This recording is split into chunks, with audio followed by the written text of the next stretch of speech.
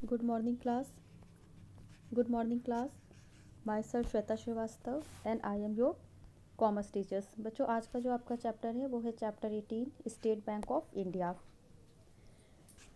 After the first world war there was the serious task of reconstruction of a country before the government. हमारे यहाँ first war के बाद हमारे India की जो कंडीशन थी वो काफ़ी सीरियस हो चुकी थी रिकन्स्ट्रक्शन के मामले में. द बैंकिंग सिस्टम और क्रेडिट फैसिलिटी जो हमारी कंट्री का था उसकी कंडीशन बहुत ही बुरी हो चुकी थी वॉर के बाद.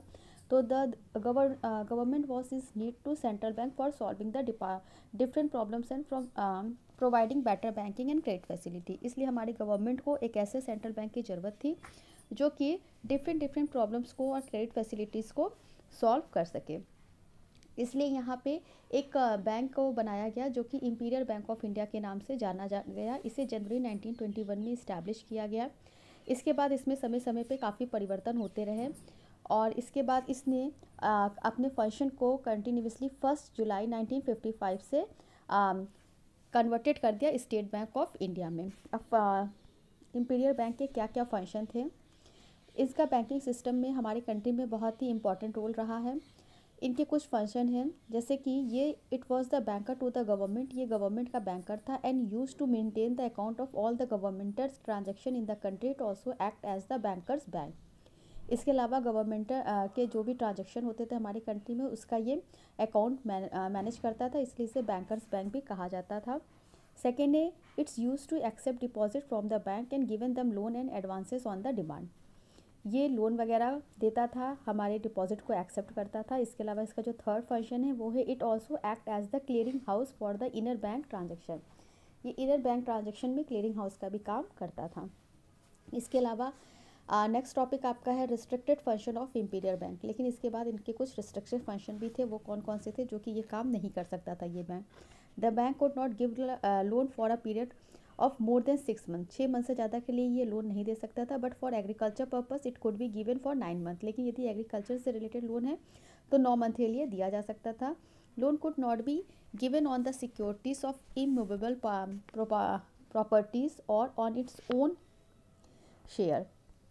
नेक्स्ट है the bank could only sell and purchase and discount recognise securities. केवल रिकोगनाइज सिक्योरिटीज़ को ही ये सेल परचेज कर सकता था. नेक्स्ट है the bank was not allowed to give financial assistant on the personal securities. ये पर्सनल सिक्योरिटीज़ के लिए फाइनेंशियल असिस्टेंट अलाउड नहीं कर सकते थे. But if two other person took the liability of repayment then it could do so. Next है opening of a new branch of the bank needed prior permission of the reserve bank. Reserve bank के बिना permission से ये कोई भी नई branch को नहीं खोल सकते थे. Criticism of the imperial bank. In spite of its important role in the banking system of India, the Imperial Bank had come in for a good deal of criticism. Some of the criticism are as under. अब इन्हें कुछ criticise भी किया गया था. वो क्या क्या है. The first criticism is connected with free use of government fund with predominantly non-Indian management. Second है the second criticism is that the then management of the bank was bureaucratic. Its executives were in a position to control the election of a director. मतलब कि जो इसका management था bank का उसमें काफ़ी ब्यूरोक्रेटिक्स थी. इसके जो एग्जीक्यूटिव्स थे उनकी जो पोजीशन थी वो सब डायरेक्टर के अंडर में नहीं थी. The third criticism is that the superior staff of the bank was largely non Indian. जो इसका बहुत बड़ा स्टाफ था वो इंडियन नहीं था. There were only few Indians on a higher post of the imperial bank. कुछ ही इंडियन थे जो इंपीरियल बैंक में हायर पोस्ट पे थे. Next there was racial and political discrimination to some extent in a granting financial accommodation. There was the close alliances between the bank and the British commercial interests in India. And next the one criticism was the greater volume of a cash credit allowed by the Imperial Bank had prevented to growth of bill market in India. कुछ ऐसे ही मतलब इनकी आलोचनाएं की गई थी जिसके बाद ये बैंक हट गया था और यहाँ पे एक नया बैंक बना state Bank of India. Establishment of the State Bank of India. अब स्टेट बैंक ऑफ इंडिया का इस्टेब्लिशमेंट कैसे हुआ. Due to the above criticism in 1948, committee was formed to study in detail and to recommended the government how the village could be the develop. अब ये एक बहुत बड़ा मुद्दा था कि हमारे यहाँ विलेज का डेवलपमेंट कैसे किया जाए. The committee was known as all Indian rural credit survey committee. इसके लिए एक कमेटी बनी थी जो all Indian rural credit survey committee के नाम से जानी गई. The committee came the conclusion that there was no agency working in a whole of the country of affording credit to the rural people. The only bank, the Imperial Bank of India, used to give financial assistance by the way loan to very big industrial house like Tata and Birla. The common people could not even open saving account or branches of the Imperial Bank of India. एक साधारण व्यक्ति इस imperial bank में अपनी accounts नहीं खोल सकता था. The committee among other things strongly recommended to the government of India that we must least have one bank that can function in the rural area and give credit to rural population the majority of which are farmer. Thus, on the recommendation of the Rural Credit Survey Committee, the government of India decided to the nationalize the Imperial Bank of India. इस कमेटी के decide करने के बाद ही imperial bank of India को nationalise किया गया था. Then an act was the passed in the parliament known as the State Bank of India. और पार्लियामेंट में 1955 में एसबीआई का एक एक्ट पास किया गया.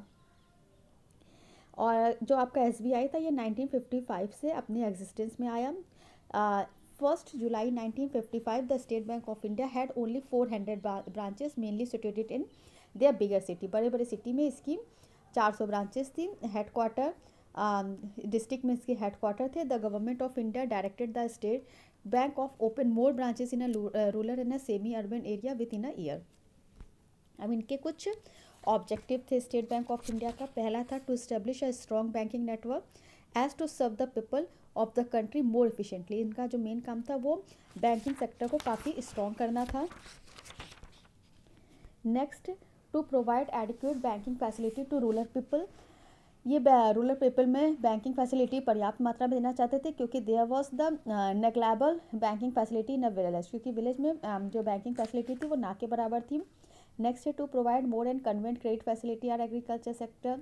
To provide the financial assistance to small scale sector for their development so that overall economy of the country also improve. जिससे कि हमारी जो कंट्री की पूरी इकोनॉमी इम्प्रूव हो सके. यदि छोटे छोटे स्मॉल स्केल के सेक्टर को डेवलप किया जाएगा फाइनेंशियल प्रॉब्लम को हटाकर. नेक्स्ट है to encourage and mobilise small saving and to develop the habit of a thrift among villagers and people of small and low income group. Next है to provide financial assistance to warehousing scheme for more storage facility for agriculture product. Warehousing scheme को ज़्यादा से ज़्यादा बढ़ावा देना जिससे कि agriculture product वहाँ पे रखे जा सके. नेक्स्ट है to give necessary financial assistance to the weaker section of the society. जो भी हमारे सोसाइटी का वीकर सेक्शन है वहाँ पे फाइनेंशियल फैसिलिटी देना that they become self supporting and contribute to in economics prosperity of the country. Next है to help the transfer of a fund from one place to another as per the requirement of a different agency के को देखते हुए जैसी जिसकी requirement है उसके according fund को एक जगह से दूसरी जगह पे ट्रांसफ़र करना. To help in a transfer to assist the reserve Bank of India in a implementing the monetary and the credit policy in country. इसके बाद आपका आता है organisation of a State Bank of India. State Bank of India का organisation कैसे हुआ. Even though the State Bank of India is a nationalized under the State Bank of India at Act 1955, the bank is not fully owned by the government of India. 92% of the share are owned by the Reserve Bank of India. इसमें 92% जो share थे वो reserve Bank of India के थे and 8% जो share थे वो आपके पब्लिक के थे एंड अदर इंस्टीट्यूशन के थे. At the time of establishment of the bank the government of India had authorise the bank of the function with a capital of 20 crore 20 lakh share and 100 each. 2 lakh के share 100 थे.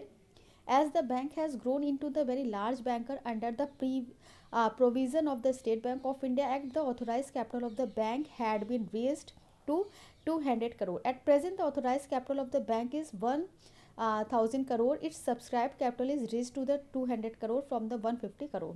अब इसका management देखो, management में क्या कौन कौन लोग होते थे. एसबीआई जो था उसमें सेंट्रल बोर्ड ऑफ डायरेक्टर उसको मैनेज करता था. यहाँ पे 20 मेंबर्स होते थे.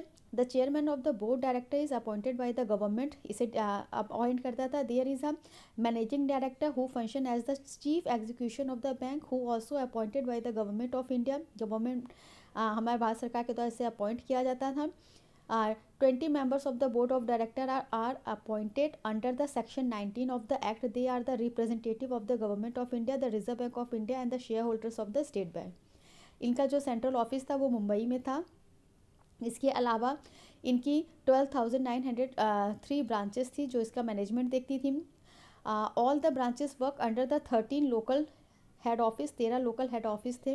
वो हेड ऑफिस कहाँ कहाँ थे वो देखिए, Bombay, Kolkata, Chennai, Delhi, Bhopal, Bangalore, Chandigarh, Lucknow, Hyderabad, Guwahati, Bhubaneswar, Patna and Ahmedabad.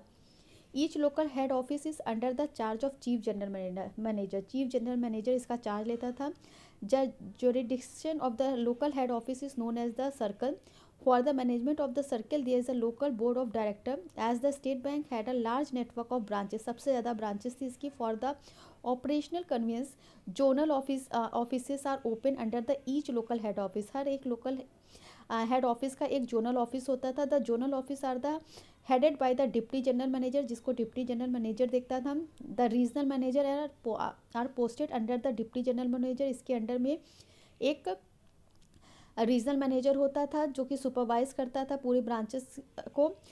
One regional manager control around 30 to 45 branches को ये कंट्रोल करता था। The setup of the State Bank of India can be better understood from the following chart.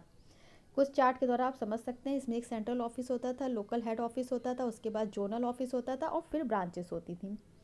अब इसके बाद आपका आता है functions of the State Bank of India. State Bank of India के क्या क्या फंक्शंस थे बच्चों, इसे हम हमारे नेक्स्ट लेक्चर में डिस्कस करेंगे। Okay class, thank you.